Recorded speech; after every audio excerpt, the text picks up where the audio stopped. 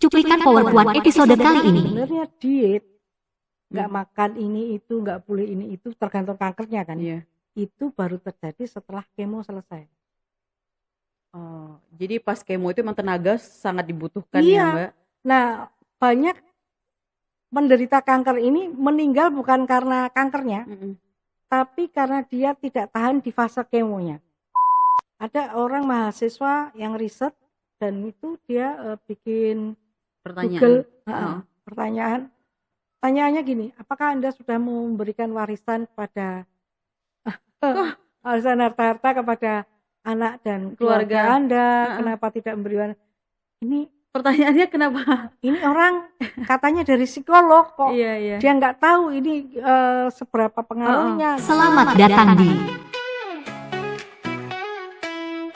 PowerPoint.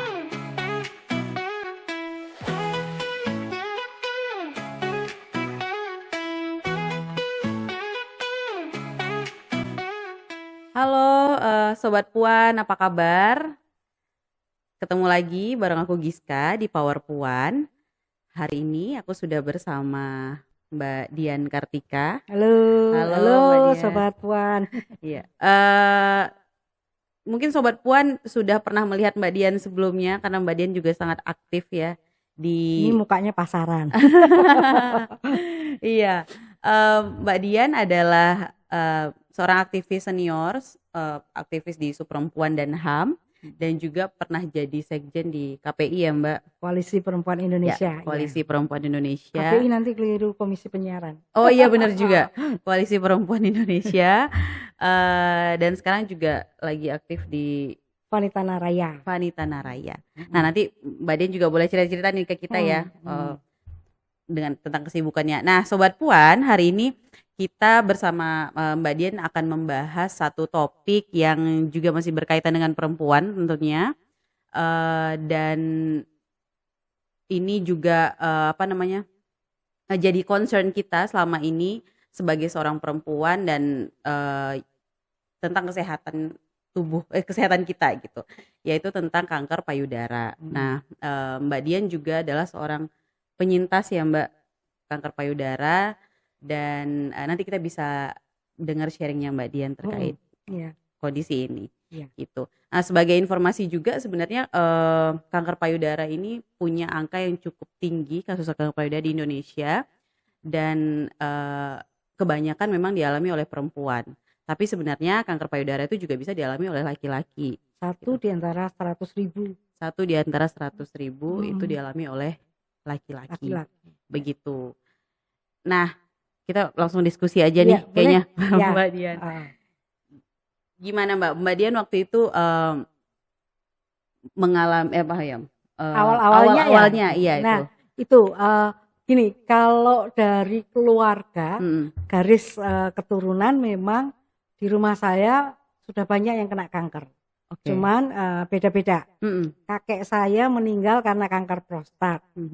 Terus ibu saya itu kanker payudara yang kemudian metastase ke tulang. Jadi kanker tulang, dari kanker payudara ke kanker tulang. Kakak saya itu meninggal tahun 82 ya.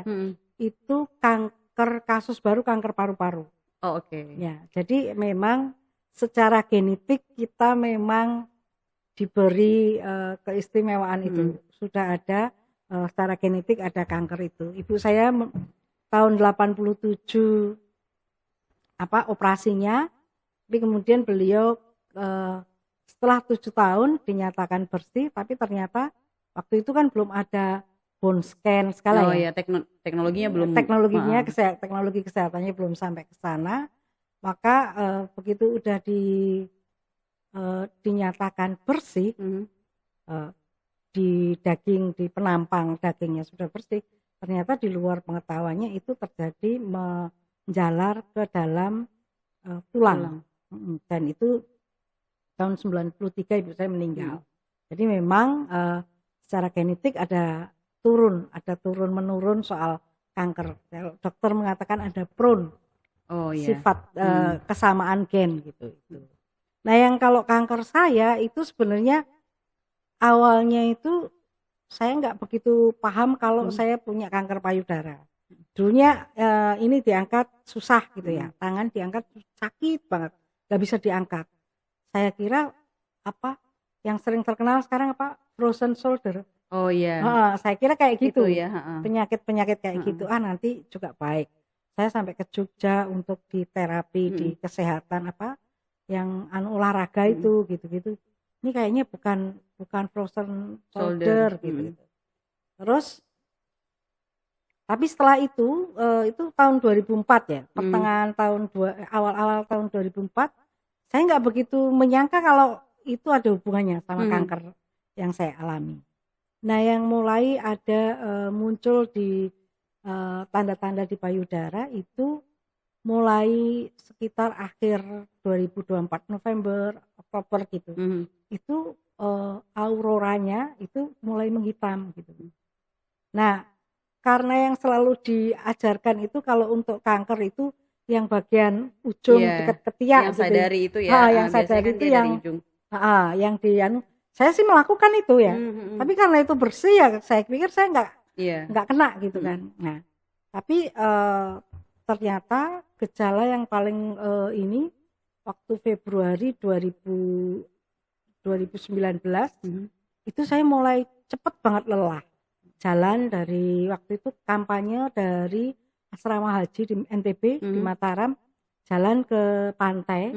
Waktu itu kita mau kampanye Food for Women, keterwakilan perempuan itu untuk coblos perempuan gitu-gitu.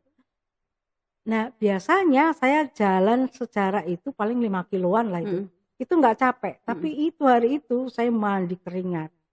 Terus saya lupa bawa apa barang saya apa aja yang tiba-tiba konsentrasinya hilang, terus cepet lelah. Nah, itu saya baru kemudian saya pulang baru ke dokter Vaskes yang Februari. Sekarang itu Februari tanggal 12-an lah. Belum 20-an. Terus tanggal 24-nya saya dirujuk. Nah, dokter itu sudah bilang, dokter di Vaskes pertama itu, karena kita kan BPJS. Itu dibilang, Bu, saya ini suspek saya ibu kanker payudara gitu. Kalau lihat tanda-tandanya, lu kan nggak benjol dok. Iya. Gitu ngeyel juga karena memang yang diajarkan yang kita tahu itu.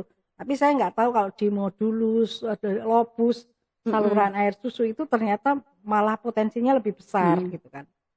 Terus oh iya Bu, memang di tanda di sini nggak ada.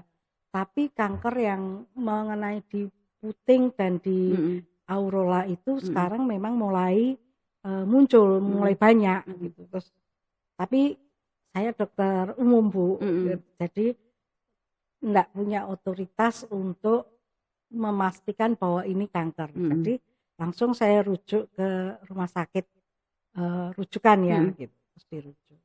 Nah itu pas dirujuk saya 1 minggu berikutnya gitu ya, pas dirujuk saya ketemu dokter di situ dan dokternya cukup ahli. Saya sih cukup sering melihat beliau di media-media gitu ya, sering memberikan informasi tentang kanker dan sering memperjuangkan hak pasien kanker untuk mendapatkan beberapa obat yang seringkali sulit di BPJS gitu kan. Dia bilang, Bu, dok tapi ini nggak sakit, saya bilang.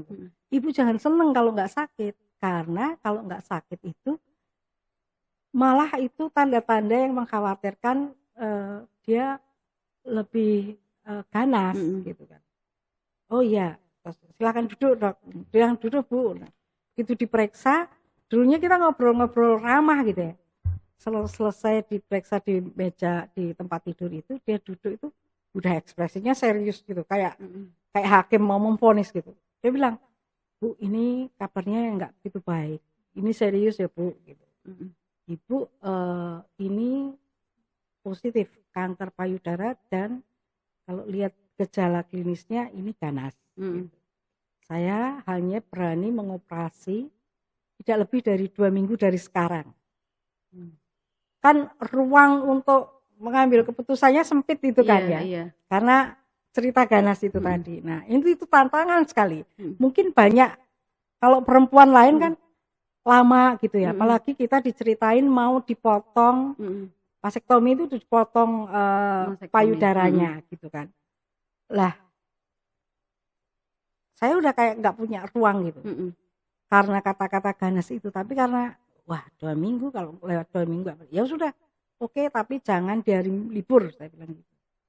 Nah itu kemudian saya bilang sama kakak saya, ini saya harus gimana ya, karena saya kerja itu masih sekjen di KPI, di Koalisi Perempuan Indonesia, dan punya banyak jaringan, punya ya apa pekerjaan-pekerjaan yang belum selesai gitu kan. Jadi saya nulis di Facebook cerita saya ketemu sama dokter ini, bahwa saya disuspek kanker. Itu selesai itu saya ngomong sama kakak saya, minta tolong, boleh nggak minta tolong untuk tanda tangan. Memang kamu nggak mau ngapain? Mau operasi apaan? Kanker. Wah, kakak saya langsung, aku ke rumahmu ya gitu. Nah baiknya untungnya kakak saya ini Mbak Rino ini langsung bikin support system di antara keluarga. Mungkin dia bikin grup khusus gitu, grup khusus keluarga, bagaimana menghandle saudara yang kanker gitu ya. Tapi saya nggak masuk di grup itu kan. Ngomong-ngomong gitu, terus saya ngomong, aku ini butuh pertolongan. Gimana caranya supaya nggak banyak orang yang mempengaruhi lewat telepon, WhatsApp gitu-gitu, karena sebenarnya menyiapkan mental ini itu yang lebih berat ya, lebih berat gitu. Dan dokternya itu juga heran, kebanyakan orang itu akan minta waktu, jeda waktu. Dan di rumah sakit itu kan juga menyediakan psikolog. Biasanya dia didampingi psikolog dulu, siap apa enggak. Tapi ibu cepat ya ngambilnya ini. Lah kan ganas gitu kan, karena memang ganas gitu kan. Terus saya ngomong sama teman-teman di Koalisi Perempuan, ini aku minta tolong ya, informasi-informasi dan ngomongan soal saran-saran ke kalian aja. Nanti kalian ngomong sama aku. Karena apa? Karena supaya tidak mempengaruhi keyakinan saya gitu. Karena menurut saya kalau kita berobat itu sugesti itu penting. Betul. Sugesti percaya bahwa kita ada di tangan dokter yang tepat dengan obat yang tepat itu penting, karena itu akan menolong sekitar 30-40% peluang sembuh. Kalau kita nggak yakin, ya susah kan. Nah, jadi saya harus memaintain itu gitu kan. Akhirnya ya udah 2 minggu, dan di situ di hasil USG-nya menyatakan sudah metastase atau menyebar ke kelenjar getah bening. Tapi nggak apa-apa Bu, baru 2 katanya. Tapi ketika dioperasi, maka bagian patologinya bilang ini ternyata 7 dari 21 kelenjar getah bening itu sudah kena. Padahal waktunya dari USG sampai operasi itu cuma 5 hari. Berarti itu kan kelenjar getah beningnya menjalar ke kelenjar getah bening itu harian tuh. 1 hari tambah 1. Sebetulnya memang ini ganas, ini karsinoma, jenis kanker yang memang dia ganasnya itu berkembangnya setiap hari. Ya udah, terus kita operasi. Nah, udah nih sampai operasi. Ini yang untungnya pakai BPJS. Itu makanya penting teman-teman punya BPJS ya. Sobat perempuan, sobat puan itu penting punya BPJS. Kalau penyakitnya serius seperti ini, biayanya biayanya kan mahal banget. Betul. Saya kalau misalnya nggak ada BPJS, mungkin saya nggak operasi. Tapi itu di cover semua Mbak? Di cover. Dari pemeriksaan pra-operasi, operasi sampai pasca operasi. Yang enggak di cover tuh cuma vitamin-vitamin. Misalnya beli obat untuk meningkatkan albumin gitu ya. Yaitu 250.000, ada yang 400.000 ya. Kita ini sendiri gitu Mas. Ini tapi pra-operasi aja saya itu habis sekitar pemeriksaan A sampai Z itu deh, darah, USG apa-apa itu habis sampai 30 juta. Kalau kita nggak punya duit, pun kalau kita punya duitnya kalau mendang-mendik, ya kan, betul. Lumayan kan. Nah, dan operasinya itu juga kalau dibiayakan pasti mahal. Karena teman-teman yang nggak pakai biaya BPJS. BPJS dia bilang ada sampai yang 200 juta. Ya kalau kayak kita NGO gitu ya setengah mati kita. Nah, untungnya itu. Dan setelah operasi itu tindakannya kan dari operasi 1 bulan setelah operasi lalu kemo. Kemo itu setiap 3 minggu ya. 3 minggu sekali. Nah karena ini kanker yang termasuk ganas, maka kemonya juga termasuk dosisnya yang tinggi gitu kan. Karena hasilnya itu saya stadium 3B. Kalau stadium 3B itu cukup berat ya. Karena ada penelitian sebenarnya semakin semakin awal stadiumnya, peluang sembuhnya itu semakin besar. Jadi ada yang bilang kalau stadium 1 itu 75% lah peluang sembuhnya. Stadium 2 sekitar 50%. Nah stadium 3 ini tinggal 25% peluang hidupnya gitu. Apalagi saya 3B stadiumnya. Jadi di situ-situlah 20-25%. Jadi harus serius juga gitu untuk kemonya. Nah, kemonya juga cukup berat ya dibanding yang stadium awal. Kalau kita kemo yang stadium 3B itu jam 7 kita mulai, jam 6 sore baru selesai. Lumayan seharian juga ya Mbak. Seharian dan itu cairan kan kalau teman-teman kadang-kadang nggak tahu kemoterapi itu apa gitu ya. Itu infus memasukkan obat-obat kanker. Kalau jenisnya 3B kayak saya, itu tabungnya tabung yang besar itu yang 600 mili. Kalau yang lainnya kan yang pendek ya, 300 mili. Saya yang 600 mili itu 6 tabung. Wah. 6 tabung dan itu setiap cairan yang masuk itu kerasa kok di tubuh itu. Ada yang kayak ada gitu.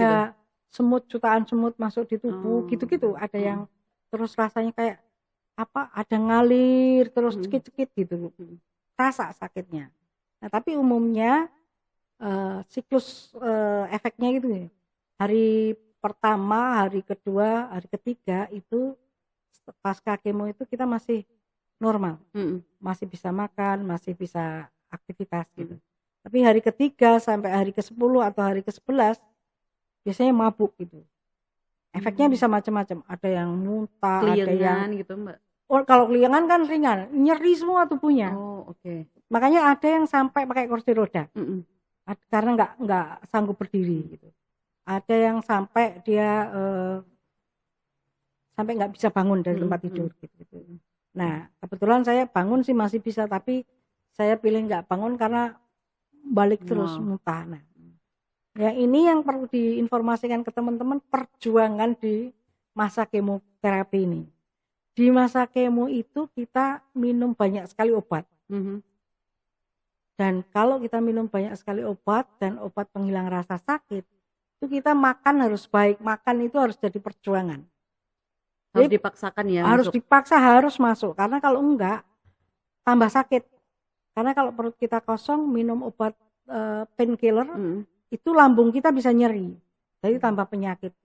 Jadi jadikanlah makan adalah perjuangan. Ada teman-teman yang bilang, jangan makan selama kemo. Bohong itu. Itu enggak benar. Semua dokter menyarankan kita makan dan protein, terutama protein harus banyak gitu kan. Saya waktu itu harus tuh setiap hari putih telur 9 misalnya. Harus protein itu harus dimakan. Nabati maupun hewani. Hewani boleh. Mau daging sapi lah, hati sapi, apa boleh semua.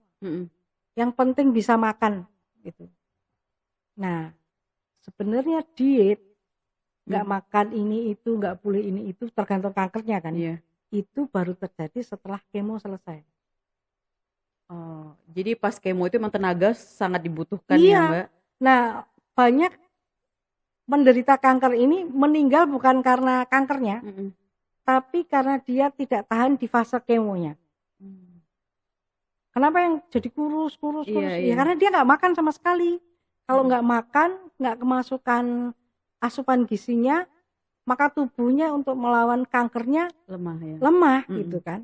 Nah ini yang perlu teman-teman tahu, Sobat Puan tahu, makan itu perjuangan kalau orang pada masa kemo, tapi harus diperjuangkan, harus makan supaya kita punya tenaga untuk menerima obat-obat itu ya. Obat itu bisa bekerja, karena kalau menurut ceritanya ahlinya itu kan sel-sel yang tidak kena kanker pun kena.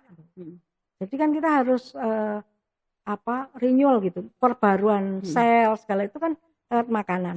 Jadi kita harus makan itu. Dan jus buah gitu, itu jus beet yang pokoknya yang mengandung antioksidan tinggi itu harus diperjuangkan untuk dimakan, masukkan ke dalam diri kita. Terus yang lainnya jangan stres. Ini yang susah. Udah sakit kan, kita ngerasain sakit itu sebenarnya stres, tapi dokter selalu ngatain jangan stres. Misalnya jangan terlalu memang rambutnya rontok, gundul jadinya. Jangan terlalu dipikirin itu nanti rambut tumbuh kok kalau sudah selesai. Gitu. Jadi dibuat gampang. Gitu. Terus support system di keluarga itu penting. Selama kemo, sejak suspek, operasi, persiapan operasi dan kemo, support system dari lingkungan sekitar keluarga dan lingkungan-lingkungan di sekitar kita itu sangat penting. Itu yang perlu kita kita garis bawahi.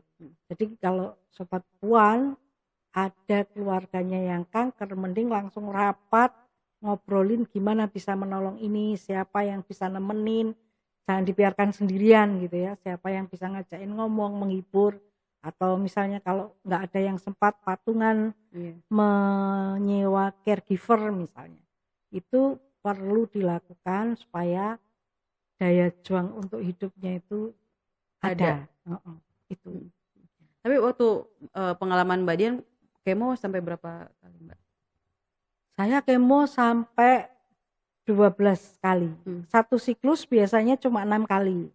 Ini kan tergantung kondisi ya. Dokter pasti ngeliat lah berapa keparahannya gitu. Sisi lain yang harus diingat-ingat teman-teman, banyak sekali yang selalu menawarkan herbal, obat tradisional. Betul. Kan? Saya percaya dengan obat-obat tradisional, apakah singkong, apakah daun jati, apa-apa, saya percaya dengan itu. Tapi obat-obat itu hanya efektif ketika dia stadium awal, belum masuk stadium 1. Kalau masuk stadium 1 pun kalau memang sudah dimulai operasi, ya mending tidak dengan obat herbal gitu. Tapi kalau teman-teman masih ini suspek, diduga ini stadium 0 gitu, minum herbal itu mungkin sangat memungkinkan. Karena rata-rata sebenarnya kan itu pencegahan kan. Tapi kalau stadiumnya tinggi, sebaiknya menggunakan yang medical, karena dosis dan proses produksinya sudah terukur. Lebih jelas ya, Mbak? Ya, udah terukur gitu. Dan jangan digabung-gabung. Misalnya lagi kemo atau lagi udah kemo gitu kan, kita kemo itu obatnya banyak banget loh. Saya dulu sampai 9 obatnya. Nah kalau ditambah sama herbal, ada yang tabrakan kan kita nggak tahu. Saya dulu pernah habis operasi diminta suruh minum yang kayak gel-gel apa itu namanya. Itu ternyata tubuh saya nggak bisa nerima. Tubuh saya ternyata mengalami pengentalan darah kalau minum herbal itu. Nah iya. Itu. Jadi kalau misalnya cuma minum kunyit asam gitu, dokter boleh Bu minum kunyit asam, tapi kalau minum obatnya jam segini selang 3 jam ya gitu. Karena kalau kayak kunyit asam itu kan mencegah inflamasi di dalam gitu. Tapi kalau yang obat-obat yang lainnya mending konsul ke dokter. Benar. Ya, itu yang banyak sekali dilakukan teman-teman itu. menggunakan obat herbal itu dan menggunakan obat dijual bebas tidak Tidak dengan berkonsultasi. resep dokter ya. Tidak dengan resep dokter. Mm, Misalnya mm. sebenarnya sih obat sakit kepala dijual di mana-mana ada kan? Iya. Ada Paramek, ada Panadol, Mm-mm. ada macam-macam itu. Mm. Tapi konsul lah boleh atau tidak. Karena ada teman saya meninggal semasa kemo itu gara-gara dia minum obat yang dijual bebas itu tanpa konsultasi. Berangkat dia langsung. Karena ternyata obat yang dia minum itu tidak cocok dengan entah dengan radiasinya atau dengan obat yang dikasih dokter yang banyak itu. Iya. Dan itu selalu disarankan kalau bisa yang punya kamar mandi lebih dari satu itu terpisah. Karena kan tubuh kita dimasukin radiasi nih, kena radiasi. Jadi satu kamar mandi hanya untuk kita selama kita biar yang lainnya yang sehat nggak kena radiasi kita. Juga. Oh gitu. Iya, nah itu mungkin atau mungkin nanti mandinya dipisah di mana, di luar atau di mana. Tapi perlu melindungi juga mereka yang tidak terjangkit kanker ya, supaya nggak kena radiasi gitu. Ya itu juga harus ya tadi pas Mbak Dian sampaikan ternyata satu obat aja tuh misalnya obat herbal yang itu juga punya pengaruh ke tubuh ya. Nah itu yang mungkin banyak dari kita tuh yang nggak perhatian ke itu kayak pas dimakan tuh nggak berasa apa-apa, efeknya belum terasa gitu. Bisa jadi malah ke depannya gitu. Jadi emang paling tepat untuk mengkonsultasikan dulu ya Mbak. Dan nggak semua dokter anti herbal kok. Kalau kita ngomong dok, kita mau minum obat herbal boleh nggak? Obatnya apa? Dia akan selalu tanya obatnya apa dan diminumnya waktu apa. Gitu. Jadi selalu dikasih tahu.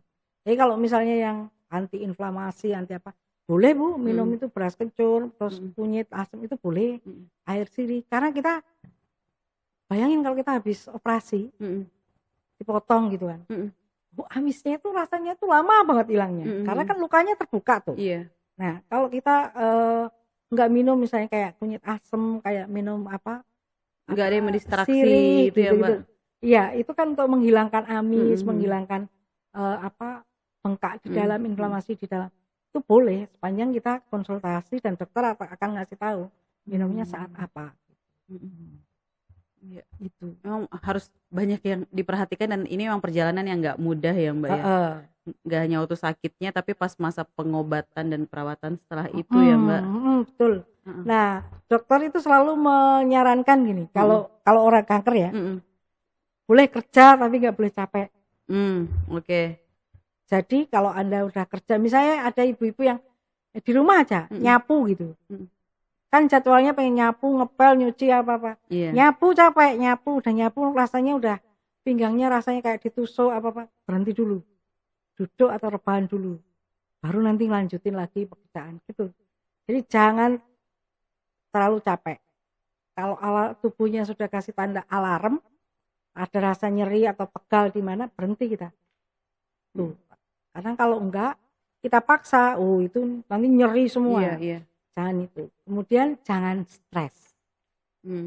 Jangan stres, boleh mikir tapi nggak boleh stres gitu ya. Nah, ini mengelola stres ini kan bukan pekerjaan mudah nih. Betul. Apalagi waktu COVID itu.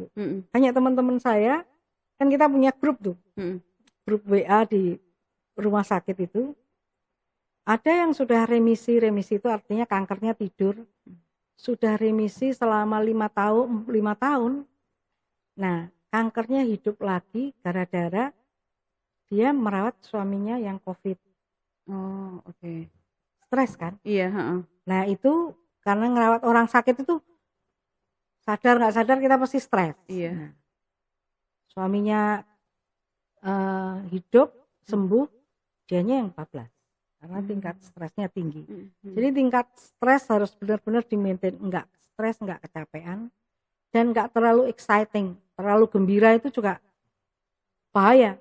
Karena kalau kita terlalu gembira, terlalu sampai ini, itu nanti tiba-tiba kita drop. Kalau ketolongan ya kita masih bisa diselamatkan. Kalau enggak ya bablas. Gitu kan. Dan ini memang penting sekali untuk kita maintain gitu ya. Dan sialnya yang begitu itu yang bisa ngukur kan diri sendiri. Betul. Gak ada orang lain bisa ngukur. Betul, Kita stres apa enggak, kita capek apa enggak itu kita sendiri. Termasuk misalnya obat, mengelola obat. Kita dikasih obat penghilang rasa sakit. Tapi obat penghilang rasa sakit ini punya efek ke ginjal. Misalnya kita minum metilprednisolon atau kita minum ATM itu yang mengandung morfin ya, ada obat yang mengandung morfin. Itu mesti larinya ke ginjal. Jadi ada pentingnya kita untuk mengerem minum obat itu. Kalau nggak sakit banget jangan diminum.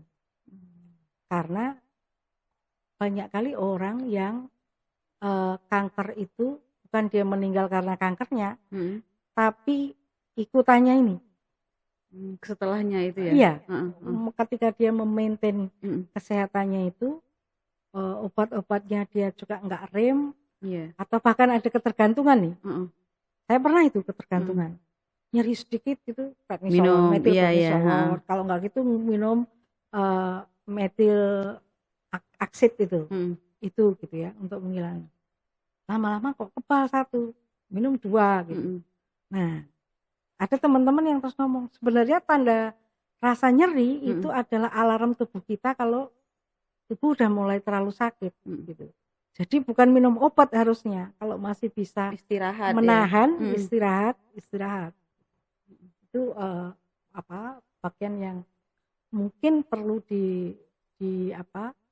diinformasikan supaya teman-teman juga tahu, bisa mengingatkan ke saudara-saudaranya yang penderita kanker gitu. Mendisiplinkan dirinya ini. Oh iya, kayak misalnya saya sekarang ini sudah tahun ke-6 ya, saya minum obat yang terapi hormonal. Itu 1 hari 1. 1 hari 1 itu dokternya memberitahu obat itu akan efektif kalau minumnya jamnya sama. Iya. Kalau jam 7 terus, kalau jam 10 terus. Nah, saya memilih minumnya jam 9. Dengan pertimbangan kalau habis minum obat itu kan badannya rasanya nyeri-nyeri. Saya udah tidur gitu. Udah ketiduran gitu. Jadi itu yang perlu taktik juga kitanya untuk menghadapi apa yang harus kita lakukan. Termasuk jangan ada, kalau sudah selesai kemo, itu larangannya banyak, Mbak. Jangan makan 4P. Jangan 4P itu pengawet, pemanis buatan, terus penggemukan, terus perasa buatan gitu-gitu. Nah, 4P ini sangat-sangat disarankan. Tapi kadang-kadang kalau orang sudah terlanjur sebelumnya dia sangat tergantung gitu ya. Kalau pemanis memang gula disarankan untuk cut. Kalau mau ganti ya mungkin madu gitu-gitu ya. Nah, 4P ini benar-benar harus diusahakan. Kalau pengen ya misalnya 2-3 bulan sekali ya nggak apa-apa, merasain gitu biar kitanya nggak stres karena pengen gitu. Selain 4P itu kalau saya ya, mungkin teman-teman yang lainnya juga beda ini. Tergantung kondisi fisiknya. Saya dilarang makan daging merah. Apakah kambing, apa sapi gitu dilarang. Karena mencegah lemak menumpuk, termasuk bebek dilarang. Karena kalau lemak menumpuk nanti ada perlemakan hati dan lain-lain, itu bahaya. Terus susu dan turunannya keju apa-apa itu dilarang. Turunan susu apa keju, terus kayak yogurt kayak gitu-gitu itu dilarang. Jadi ruangnya untuk makan semakin sedikit. Tapi ada yang wajib setiap hari sepanjang hidup harus minum jus. Jus apa aja, Mbak? Jus disarankan yang mengandung antioksidan tinggi. Misalnya buah bit. Terus ada yang pokoknya buka di browsing itu ada buah-buah yang mengandung antioksidan tinggi dan dia berkontribusi untuk pencegahan kanker. Nah, itu yang diminum. Saya termasuk minum kenikir, daun kenikir. Oh, di blend ya, Mbak? di blender Oh, terus diperas. Daun kenikir itu membuat tubuh kita tuh rasanya dingin gitu. Biasanya kenikir bisa jadi lalapan tuh, Mbak. Heeh, heeh. Sebenarnya kalau orang normal bisa lalapan ya, apalagi kalau belum kanker, untuk mencegah bagus itu. Makan daun kenikir itu. Terus saya sampai 1 tahun penuh daun kenikir itu minum sehari itu sebotol yang besar satu itu perlu di-maintain. Mungkin bisa Gitu. jadi catatan juga, mungkin Sobat Puan bisa jadi inspirasi Iya, untuk ya itu konsumsi jus tiap hari ya. Mungkin itu bisa jadi salah satu pencegahan juga ya, Mbak. Pencegahan. Terus, tadi Mbak Dian juga nyebutkan tentang support group gitu. Terus juga ada nggak hanya di rumah ya Mbak, nggak hanya keluarga, tapi juga di rumah sakit itu. Seberapa besar Mbak peran ada support group itu di proses ini, saya Mbak? itu ikut grup penderita atau pasien kanker, survivor kanker itu di beberapa grup. Ada grup Yayasan Kanker Indonesia, itu ada yang dia punya grup WA tentang diskusi kanker. Gitu. Ya kita ngomongin soal obat-obat gitu. Terus di Hermina rumah sakit saya itu ada juga grup gitu. Banyak itu anggotanya sampai 400-an gitu. Itu memang punya positif dan negatif. Positifnya kita saling informasi obat. Misalnya kalau aku sariawan, siapa yang punya informasi obat yang ini, atau aku dapat obat ini sebenarnya obat ini apa, resikonya apa. Di dalam grup diskusi itu karena ada dokter juga yang penderita yang pasien kanker juga, dan dia punya pengetahuan. Jadi dia ngasih tahu obat ini fungsinya untuk ini, efek sampingnya ini. Jadi kita harus seperti apa gitu. Itu bagus sekali. Tapi di sisi lain itu ada yang juga membuat kita down atau psikosomatik kalau ada kawan yang meninggal. Oh iya, itu mempengaruhi mental juga ya Mbak? Oh, saya pernah drop itu gara-gara itu.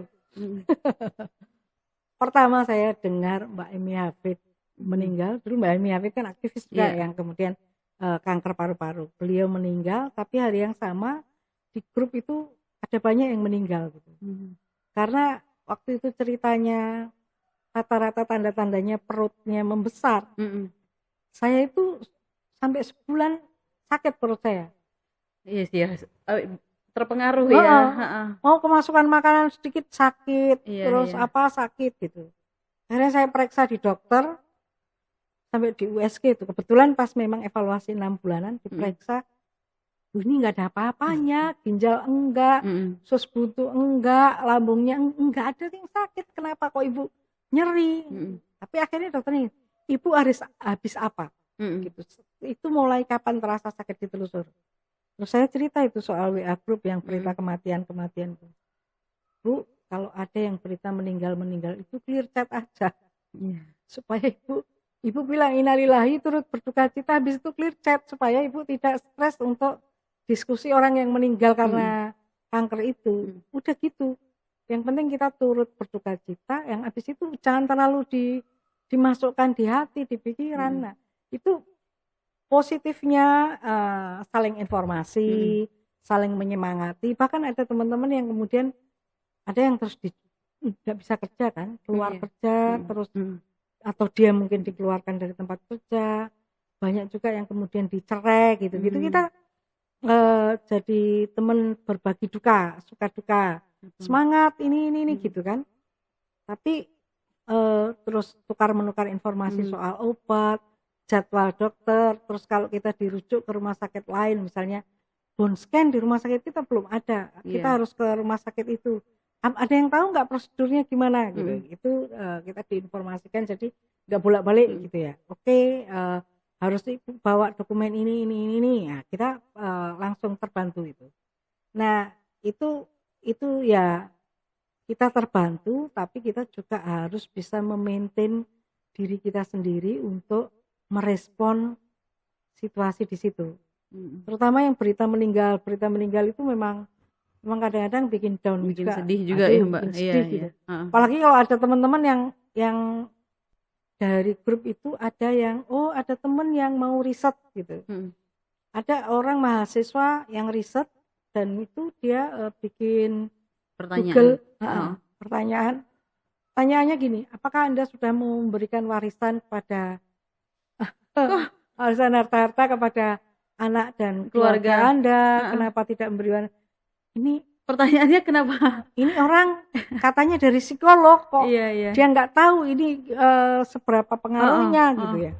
Kita yang agak berat itu dijadikan objek untuk riset dan orang tidak menakar seberapa berat sebenarnya mental kita sendiri ini untuk menghadapi pertanyaan-pertanyaan seperti itu. Apalagi terus kalau pertanyaan datang gitu ya, Iya, ngobrol, bertemu langsung. bertemu langsung, mungkin dia bisa mengolah pertanyaannya lebih halus. Tapi kalau pakai Google Form gitu kan langsung gitu. Iya, kebaca lagi. Apakah Anda sudah mempersiapkan untuk putra-putri Anda pendidikan apa-apa? Seolah-olah ini ngomong ini besok kamu mesti mati, kamu nyiapin nggak sih gitu. Iya. Ya nggak dengan lihat datanya nggak menyangkal bahwa dari 63.800 tadi 22.400-nya meninggal. Kita nggak menyangkal sepertiga dari kasus baru itu meninggal. Tapi kan kita ini berjuang untuk masuk yang 2/3, betul, bukan masuk yang 1/3 gitu. Kalau terus dibombardir dengan pertanyaan-pertanyaan riset, gitu kan berat juga betul.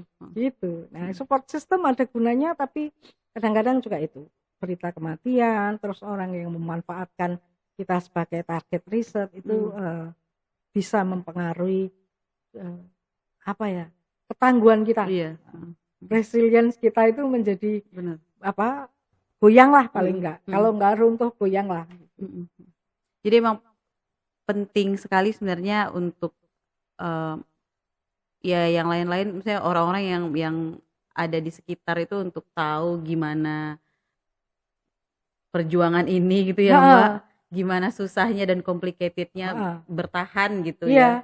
Dan sebenarnya ya kalau orang meyakinkan bahwa kita tidak sendiri itu penting. Nah iya, itu betul. Dan teman-teman yang punya saudara itu penting.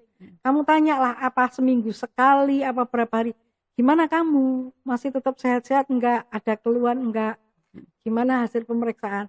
Itu enggak, kelihatannya itu cuma pertanyaan seperti itu, tapi itu sangat berguna untuk survivor. Karena dia merasa bahwa masih ada orang yang care sama dia, masih ada orang yang ingat sama dia.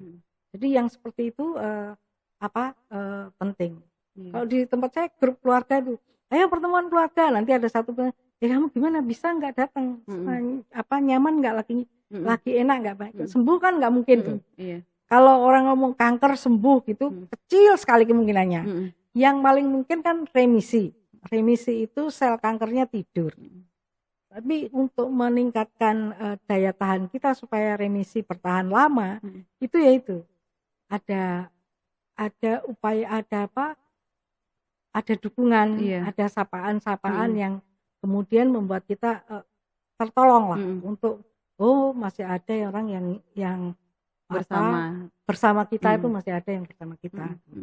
Makanya ya juga tadi juga kan sebelumnya Mbak Dia juga sempat kasih tahu beberapa case teman-teman survivor lain yang ditinggalkan pasangannya, dikeluarkan dari pekerjaan dan lain-lain, itu kan juga satu hal yang berat ya gitu. Nah yang lainnya yang teman-teman aktivis nih, aktivis seringkali menjemunyikan sakitnya. Banyak sekali yang WA ke saya, Mbak aku sebenarnya kanker juga kayak Mbak Dian, tapi takut mau ngomong ke kantor. Padahal kalau dia takut ngomong ke kantor, teman-temannya kan nggak tahu tuh. Iya. Sehingga dia kemudian nggak bisa maintain juga jadinya. Termasuk atasan nggak bisa memperkirakan beban apa yang harus diringankan supaya dia nggak terlalu capek misalnya, atau jadwal dia berobat atau seperti apa. Rata-rata mereka takut di PHK. Dia nggak mau ngomong karena takut di PHK. Saya bilang kalau ketenaga kerjaan nggak boleh loh. Iya. Karena itu wajibnya itu 1 tahun. 1 tahun 4 bulan pertama itu tetap harus punya gaji 100%, 4 bulan kedua 50%, 4 bulan ketiga 25%, baru boleh di PHK kalau nggak sembuh. Tapi kalau dia udah sembuh bisa bekerja kan tetap harus bekerja. Nah banyak itu teman-teman yang tidak terbuka. Ada juga yang sudahlah dia tidak terbuka, dia kos sendirian. Nah itu lebih berat lagi. Berat, kalau pas kemo berat sekali. Kadang-kadang kita nggak bisa jalan kok, nggak bisa bangun. Saya selalu menyarankan jangan sendirian di rumah kalau kamu lagi kemo. Karena kita nggak akan tahu ini. Kalau tiba-tiba kita dalam keadaan darurat, kan harus ada teman yang bantu untuk ke IGD misalnya. Gitu. Jadi teman-teman yang NGO mungkin itu yang perlu perlu terbuka ke teman-temannya, dan baik kalau organisasi ini juga punya kebijakan. Kalau ada orang yang sakit, terutama sakit kanker, bagaimana treatmentnya supaya mereka juga memberikan treatment yang manusiawi dan kasih kenyamanan juga ya Mbak. Dan berbasiskan hak asasi manusia. Nah, kalau dia berjuang untuk hak asasi manusia, keluar programnya berjuang untuk hak asasi manusia, ternyata haknya sendiri tidak terpenuhi, hak stafnya sendiri nggak terpenuhi, nah itu sebenarnya dia bukan organisasi yang punya yang konsekuen ke internal dan eksternal. Nah itu memang ya idealnya juga kan kita kalau bisa harus punya support system ya Mbak ya. Siapapun itu, mungkin tidak dari keluarga, mungkin kalau keluarga belum dulu ya, cari teman dulu lah misalnya. Ya kalau keluarganya nggak ada atau keluarganya semua jauh, cari teman-teman yang mau ya, yang baik gitu. Atau kalau misalnya memang ada dana dari asuransi, meng-hire caregiver gitu. Saya selama kemo pakai caregiver. Karena kalau saudara-saudara saya kan rumahnya sendiri-sendiri. Paling video call atau WA, gimana? Sudah kemo sampai mana? Sakitnya kayak apa? Kamu udah makan apa belum? Kadang-kadang kan kita mikir makan itu kan makan apa yang mau nggak aku kirim skutel apa yang kayak gitu. Perhatian-perhatian kecil itu menolong sekali untuk teman-teman. Kalau punya caregiver ya ada yang harganya dari 1,5 juta sampai berapa, sampai kalau yang saya 5 juta sebulan dulu ya. Karena ada luka yang nggak sembuh-sembuh gitu, luka pemotong. Itu mungkin yang perlu teman-teman ini. Tapi yang paling utama jangan sendiri. Karena kalau pas kemo sendiri itu kalau ada apa-apa bahaya kitanya. Tadi kan gimana? Oh iya, oke. Tadi Mbak Dian udah sampaikan pesan-pesan untuk teman-teman yang mungkin juga survivor gitu ya, dan ini keluarga. Kalau untuk caregiver sendiri Mbak, ada nggak yang harus diperhatikan gitu kalau dalam masa dari proses merawat?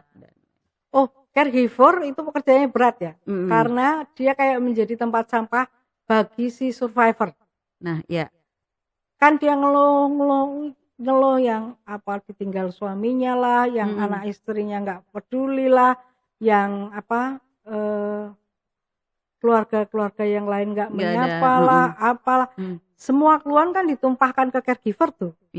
Nah caregivernya sendiri juga harus memaintain, nggak terlalu menanggap. Ya dia di depan harus punya dengan empati, tapi nggak terlalu dimasukkan hati. Gitu. Jangan terlalu terbawa emosinya dengan dengan penderita ini. Dan penting dia untuk menciptakan suasana yang ceria.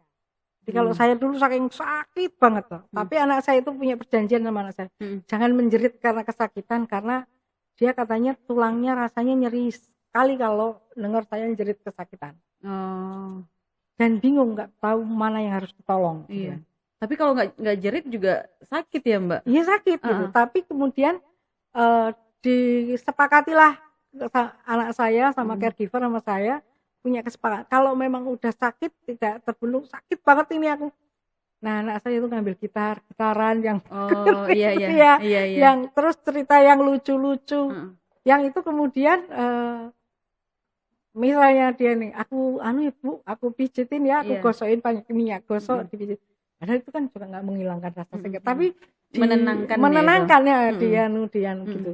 Nah, jangan terlalu ininya caregivernya juga jangan terlalu stres menghadapi itu. Memang begitulah penderita kanker ya, karena dia antara, apalagi kalau pas kemo, antara hidup dan mati itu, perjuangkan hidup dan mati. Karena banyak sekali yang tahap di kemo, terutama kemo ketiga ke atas, itu nggak ketolong gitu kan.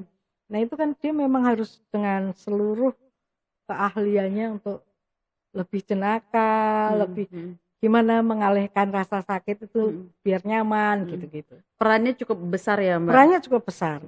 Ada dan dulu ada beberapa yang relawan caregiver yang Rich and Recovery, ada teman-teman yang punya program Rich and Recovery itu ternyata beberapa di antaranya adalah survivor kanker. Karena dia butuh uang, butuh apa ya. Tapi itu sebenarnya bahaya juga kalau dia nggak ada psikolog pendamping untuk caregiver ini. Karena dia sendiri survivor gitu kan. Jadi dia harus memaintain betul supaya hati dan perasaannya tidak terlalu terbawa. Karena yang dihadapi itu emosi yang banyak, terus dia juga punya emosi juga kan. Itu yang dan kadang-kadang kan kelihatan melas banget gitu, udah sakit, terus ditinggal suaminya, anak-anaknya punya kesibukan sendiri-sendiri yang juga harus berjuang untuk hidup gitu-gitu. Penerimaan dia nggak terlalu baik terhadap situasi itu. Jadi kalau sebenarnya dia dalam keadaan sehat itu anak-anaknya punya kegiatan nggak apa-apa, nggak masalah gitu. Tapi begitu dia dalam keadaan sakit dia merasa lonely, merasa kesepian, nangis, mengharu biru, drama lah. Teman-teman harus empati menanggapi itu gitu. Nah, terakhir Mbak Dian, pesan untuk Sobat Puan nih. Terkait kanker payudara ini, apa yang harus disadari gitu? Ya, kasusnya ini banyak ya. Kalau 65.000 per tahun, lalu 60.800 per tahun, lalu 22.400 orang meninggal karena kanker, itu memang sebaik-baiknya cara itu kalau bisa ini mencegah. Sadanis gitu. Sadari itu kan periksa sejak awal, periksa sendiri, periksa sejak dari awal gitu kan, pencegahan itu, terus mengelola stres gitu. Banyak perempuan yang sebenarnya ini pemicunya stres. Kanker ini pemicunya stres karena apakah persoalan rumahnya, apakah pekerjaannya gitu. Itu mengelola stres kita nggak terlalu, bagaimana mengatur dinamika di dalam pikiran kita, ikhlas lah, pakai ikhlas, pakai ya kadang-kadang memang ada sesuatu tuh yang harus disenyumin aja, untuk dihadapi dengan senyum aja gitu-gitu. Itu pertama ya, pencegahan. Paling penting itu pencegahan. Kalau bisa mencegah, terus makan yang mengandung antioksidan yang tinggi. Gitu ya. Buah-buahan, tidak tidur terlalu larut gitu. Terus kalau mereka yang menopausnya terlambat, itu harus mulai hati-hati gitu, mulai cek serius ke dokter kah, atau kalau dulu Yayasan Kanker itu kan punya layanan gitu ya, untuk memeriksa. Karena saya termasuk kasus yang begitu. Saya waktu operasi itu usia saya 53, belum menopause. Katanya, wah ini memang harus dicurigai ya. Salah satu gejalanya itu kan memang menopause terlambat. Dulu saya kan, keren ini 50 lebih belum menopause. Masih gitu. bugar nih. Masih bugar nih. Padahal itu salah satu sebabnya.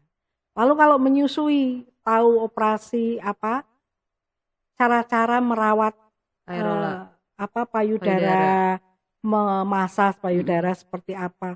Karena banyak juga kanker payudara itu muncul pada saat menyusui.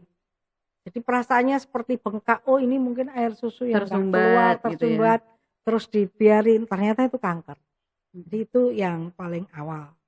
Nah, lalu kalau masih stadium awal, oke lah minum obat-obat yang herbal yang ini. Tapi kalau memang stadiumnya sudah, kalau dokter sudah bilang ini serius, jangan terlalu lama mengambil keputusan. Kalau sudah kasih tahu ini ganas, ya cepat ambil keputusan. Dan minta tolong ini, suaminya, mertuanya, ibunya, tolong jangan mempengaruhi si pasien sehingga mengakibatkan dia goyah. Gitu. Itu penting. Seringkali memang pengambilan keputusan ini menjadi problem.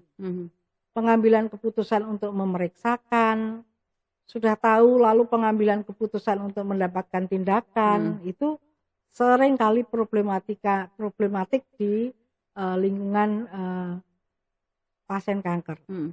Jadi kalau memang ini sudah nggak bisa dan ini bahaya, ya harus dihadapi. Gitu. Memang setelah itu, setelah menjadi survivor juga banyak yang tidak mudah ya, karena kita terus ada kayak stigma nggak utuh gitu. Ya udah yang nggak apa-apa, yang penting kan kita hidup dan masih bisa berjuang gitu kan. Kalau misalnya ada juga yang kemudian problem yang paling banyak nih Mbak, akses pada ekonomi dan pekerjaan.